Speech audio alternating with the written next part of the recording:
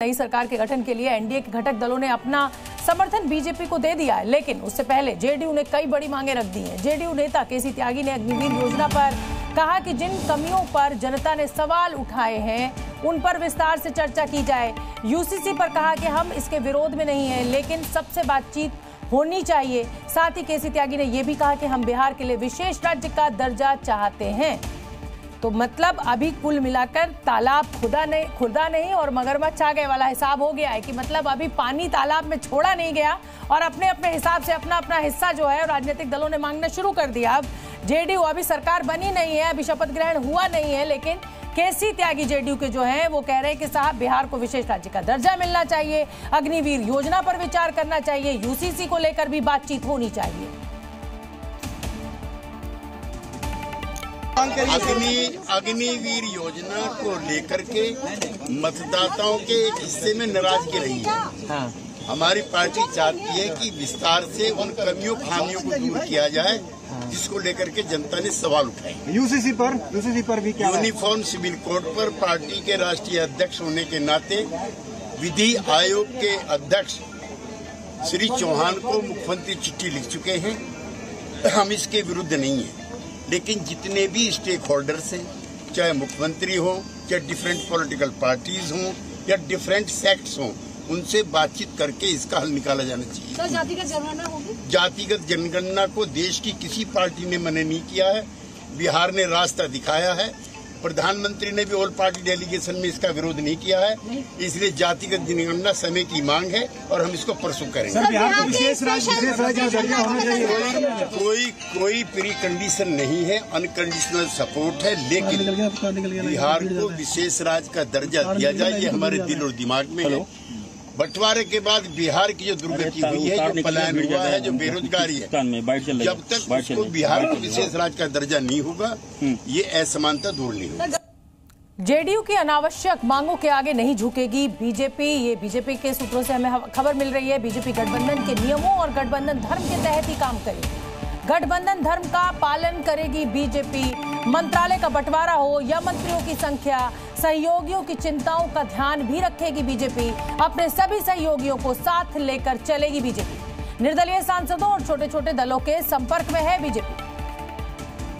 तो कुल मिलाकर गठबंधन के धर्म का पालन किया जाएगा, ये बीजेपी की तरफ से हमें ये जानकारी मिल रही है सूत्रों के हवाले से। छोटे छोटे दलों के संपर्क में भी है बीजेपी। जेडीयू ने अब क्योंकि बड़ी मांग कर दी है तो बीजेपी ने साफ कर दिया है कि वो झुकेगी नहीं।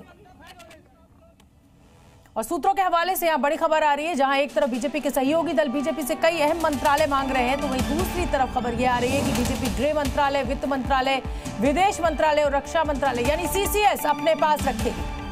तो सूत्रों के हवाले से ये बड़ी खबर आ रही है, 4 बड़े मंत्रालय और किसी भी सरकार के लिए, जिस समय यूपीए की सरकार थी, कांग्रेस गठबंधन में थी, तो उस समय भी ये चारों जो विभाग थे वो कांग्रेस ने अपने पास रखे थे। जी न्यूज संवाददाता रविंद्र मेरे साथ लाइव जुड़ रहे हैं इसी बड़ी खबर पर। रविंद्र, देखिए, एक तो जेडीयू ने अभी तो जिसे कहा जाए शपथ ग्रहण भी नहीं हुआ और टेंट्रम्स देने शुरू कर दिए, और गठबंधन में बहुत आसान तो नहीं होता है सरकार चलाना, लेकिन ये जो बड़ी खबर आ रही है कि बीजेपी अपने पास गृह विभाग, वित्त मंत्रालय, विदेश मंत्रालय और रक्षा मंत्रालय रखेगा, तो मुझे लगता है कि ये सत्ता की मजबूरी भी है। कोई भी दल, चाहे वो कांग्रेस हो और अब चाहे बीजेपी हो, गठबंधन में सीसीएस अपने पास ही रखते हैं। अब बिल्कुल पूरे देश का संचालन कहें या फिर पूरे मंत्रिमंडल का संचालन अगर होता है तो सीसीएस के थ्रू ही होता है, और सीसीएस में चारों जो अहम मंत्रालय है ये बीजेपी अपने पास ही रखेगी, ये तय माना जा रहा है। लोकसभा स्पीकर बीजेपी अपने पास रखेगी, ये भी लगभग तय है। इसके अलावा देखिए, जो केसी त्यागी ने कहा उसमें सबसे अहम है कि यूसीसी के खिलाफ नहीं है। जो विचारधारा बीजेपी के है उसी विचारधारा की बात वो कर है। हालांकि उन्होंने कहा कि सभी स्टेक होल्डर से बात करें, लेकिन इसका विरोध नहीं करेंगे। अग्निवीर के बारे में उन्होंने एक सुझाव दिया है, उस सुझाव पर बीजेपी पहले ही कह चुकी है कि अगर कोई खामियां होती है तो उसको दूर करने के लिए हम तैयार हैं। तो ये दोनों बात, हाँ, स्पेशल जो स्टेटस की बात है ये नीतीश कुमार की पहले से ही मांग रही है। जब भी वो एनडीए से बाहर होते हैं इस मांग को और जोर से उठाकर बाहर चले जाते हैं, लेकिन फिलहाल तो अभी जुड़ने की बात हुई है। बीजेपी साफ तौर कही है कि हम मंत्रालय, ये 4 मंत्रालय छोड़कर बाकी सभी मंत्रालयों पर चर्चा करेंगे और जो उचित अनुपातिक संख्या है उसके अनुसार हम सबको संतुष्ट करने की कोशिश करेंगे। लेकिन सबसे बड़ी बात है कि हम झुकेंगे नहीं, तो झुकना कोई भी नहीं। मैं इसी सवाल पर आना चाहती हूँ रविंद्र। देखिए, झुकेंगे नहीं, बिल्कुल झुकेंगे नहीं, और ये बीजेपी का रवैया भी रहा है अभी तक। 2019 की अगर हम सरकार देखें तो जाहिर सी बात है कि बहुत बड़े नंबर के साथ थी बीजेपी, तो नहीं झुकेंगे वाला एटीट्यूड चल सकता है। और एक और यहाँ पर जो सबसे बड़ी बात है जो गौर करनी चाहिए, प्रधानमंत्री नरेंद्र मोदी, उन्होंने आज तक कभी गठबंधन में, चाहे वो गुजरात में रहे हो, चाहे वो यहाँ अब सत्ता में रहे हो पिछले 10 सालों में, और अब उनका तीसरा टर्म शुरू हो रहा है, उन्होंने कभी गठबंधन में सरकार चलाई नहीं है। ऐसे में आपको नहीं लग रहा है कि बीजेपी के लिए भी ये चुनौती बड़ी कड़ी होने वाली है? क्योंकि यहाँ पर कभी झुककर, कभी प्यार से, कभी गर्म होकर, कभी नरमी से, यही तरीका होगा सरकार चलाने का। देखिए, नरेंद्र मोदी चाहे गुजरात के मुख्यमंत्री हो या प्रधानमंत्री, ये बिल्कुल सही है कि फुल मेजोरिटी से अपनी सरकार चलाते रहे, अकेले चलाएं, लेकिन वो संगठन महासचिव के तौर पर अटल बिहारी वाजपेयी के समय, सरकार के समय संगठन महासचिव थे, यानी बहुत महत्वपूर्ण पद पर थे। सरकार और संगठन के बीच की एक कड़ी माना जाता है। तो उन्होंने उस गठबंधन को नजदीक से देखा है, सभी दलों के घटक दलों से जो पार्टी के संगठन के आधार पर बातचीत करनी थी, तो उसमें वो मौजूद रहे हैं। तो कहीं ना कहीं वो इस बात को समझते हैं कि संख्या, आंकड़ा और समीकरण, इसको समझ के ही आगे चलना होगा। अच्छा रविंद्र, एक छोटा सा जवाब और दे दीजिए, शपथ ग्रहण कब है? शपथ ग्रहण कब है? तमाम तरीके की, कोई कह रहा है 8 को है, कोई कह रहा है 9 को है, कोई कह रहा है 10 को है, क्योंकि इंडिया पाकिस्तान का मैच भी है, इसलिए लोगों की चिंता थोड़ी बड़ी हुई है। देखिए, बिल्कुल जो चंद्रबाबू नायडू है, पहले शपथ 9 को लेना था, इसलिए बीजेपी की सरकार 8 को शपथ ले रही, लेकिन कल ही उन्होंने कहा कि बीजेपी की सरकार जो बन रही, एनडीए की सरकार, वो 9 तारीख को शपथ लेंगे, शाम को 7 बजे करीब शपथ ग्रहण है, और 12 तारीख को चंद्रबाबू नायडू लेंगे। एक जरूरी से जल्दी से बता दूं कि बीजेपी छोटे दलों के भी संपर्क में, और राजस्थान से 2 जो निर्दलीय जीते हैं वो भी बीजेपी के संपर्क में, तो 12 की संख्या कोई महत्वपूर्ण नहीं है। जदयू 7 रहना उनकी भी जरूरी है और बीजेपी के लिए, लेकिन वो तो अभिषेक बैनर्जी भी कह रहे हैं। देखिए, इस समय तो ये दावे चलते रहेंगे, आप भी बहुत अच्छी तरह जानते हैं, बहुत सालों से राजनीति को आप कवर कर रहे हैं, सत्ता को और विपक्ष को आप जानते हैं। अभिषेक बैनर्जी भी कह रहे हैं कि 3 सांसद जो है टीएमसी बंगाल में, वो हमारे संपर्क में। जब सरकार बन जाएगी, कौन किस पक्ष में, ये तो खुलासा तभी होगा। बहुत बहुत धन्यवाद रविंद्र आपका, लेकिन आप बने रहिए हमारे साथ। अगली खबर का मैं रुख करूंगी। उत्तर प्रदेश में बीजेपी की हुई हार की प्रधानमंत्री मोदी खुद समीक्षा करेंगे। सूत्रों के मुताबिक यूपी बीजेपी और सरकार के दिग्गजों को अब दिल्ली बुलाया गया है। हार की समीक्षा के बाद यूपी सरकार में ओबीसी, दलित और ब्राह्मण चेहरों का कद बढ़ सकता है। योगी मंत्रिमंडल में बड़े बदलाव भी हो सकते हैं, प्रशासनिक बदलाव भी किए जाएंगे। इस चुनाव में संघ सक्रिय नहीं था, इसलिए संघ की नाराजगी भी दूर करने की कोशिश होगी। तो ओबीसी, दलित और ब्राह्मण चेहरों का कद बढ़ सकता है, क्योंकि यूपी में जिस तरीके से करारी हार बीजेपी को देखने को मिली है, उसको देखते हुए ये समीक्षा होनी जरूरी भी है बीजेपी के खुद के इंटरेस्ट के लिए। और हार पर अब हाहाकार है। यूपी में हार की समीक्षा खुद प्रधानमंत्री नरेंद्र मोदी के द्वारा की जाएगी। ओबीसी, दलित और ब्राह्मण चेहरों का कद बढ़ सकता है, संघ की नाराजगी को भी साधा जा सकता है। लेकिन टिकट वितरण को लेकर लगातार ये कहा जा रहा है कि उत्तर प्रदेश के जो मुख्यमंत्री योगी आदित्यनाथ थे, उनकी इच्छा से वो टिकट नहीं वितरण हुए और इसीलिए शायद इस तरीके के नतीजे सामने आए। लेकिन सब अपने अपने पक्ष है, ऐसी कोई भी आधिकारिक बात अभी नहीं कही गई है। उत्तर प्रदेश बीजेपी में खराब प्रदर्शन के बाद अब हड़कंप मचा हुआ है। यूपी में बीजेपी की हार कैसे हुई, इसके लिए पार्टी में मंथन भी शुरू हो चुका है। और इस बीच बीजेपी नेताओं ने हार का ठीकरा भितरघात के ऊपर फोड़ा है। फतेहपुर सीट से हार के बाद साध्वी निरंजन ज्योति ने भितरघात को हार की बड़ी वजह बताया है। उन्होंने कहा कि पार्टी में ऐसा करने वालों की पहचान की जाए।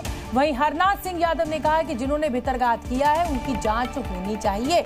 अब ये भितरघात किसने किया है, ये कौन इस तरह के लोग हैं, क्योंकि बीजेपी जो है वो कार्डर बेस्ड पार्टी है।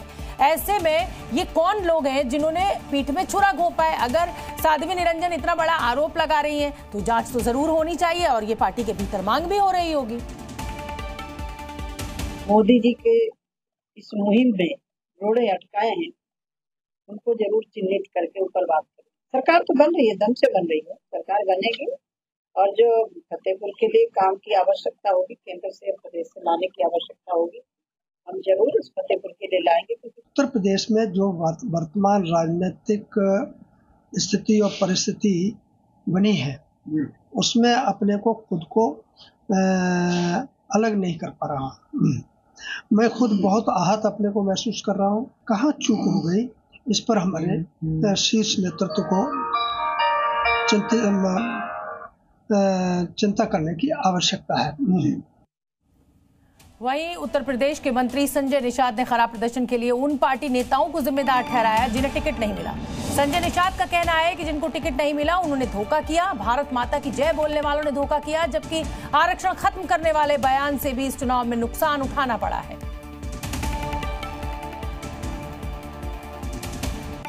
लगे हमारे साथ इस वक्त निषाद पार्टी के अध्यक्ष और यूपी सरकार में कैबिनेट मंत्री संजय निषाद जी, उनसे बात करते हैं। और क्या वजह रही 3 वजह अगर हम जानना चाहें कि ये जो पूरी जो रिजल्ट आया, जो हार एक तरह से कहा जाए इसको, तो इसको कैसे देखते हैं? पहले तो हम एनडीए के पार्ट हैं और एनडीए में फिर से प्रधानमंत्री बनाने का वादा किया था और तीसरी बार प्रधानमंत्री मोदी बने, उन्हें मैं बधाई देता हूँ। अब कल बुलाया गया है और कल हम लोग जा रहे हैं 11 बजे सेंट्रल हॉल में और धन्यवाद देने जा रहा हूँ। दूसरा, हार जीत एक राजनीति का एक हिस्सा है और अति उत्साह में भी आदमी कभी कभी उदासीन और निष्क्रिय हो जाता है। पहला कारण तो ये है कि लोग उत्साहित हो गए। दूसरा, जो कुछ इनके एक आध नेता थे बयान दिए आरक्षण के मुद्दे पर, जिसके वजह से हम 400 पार तो नहीं समझा पाए। और जी न्यूज़ के 2 संवाददाता मेरे साथ इसी बड़ी खबर पर जुड़ रहे हैं। रविंद्र कुमार पहले से मेरे साथ मौजूद हैं और तुषार भी मेरे साथ उत्तर प्रदेश से, लखनऊ से जुड़ रहे हैं। सबसे पहले तो रविंद्र आपके पास आना चाहूंगी, क्योंकि खबर ये मिल रही है कि यूपी में जिस तरीके की करारी शिकस्त मिली है, जाहिर सी बात है कि अगर यही 30-32 सीटें और होती तो बीजेपी के पास पूर्ण बहुमत होता और बीजेपी को बैसाखियों का सहारा नहीं लेना पड़ता। अब कहा जा रहा है कि खुद प्रधानमंत्री नरेंद्र मोदी इसकी समीक्षा करने वाले, इसको लेकर क्या अपडेट आपके पास?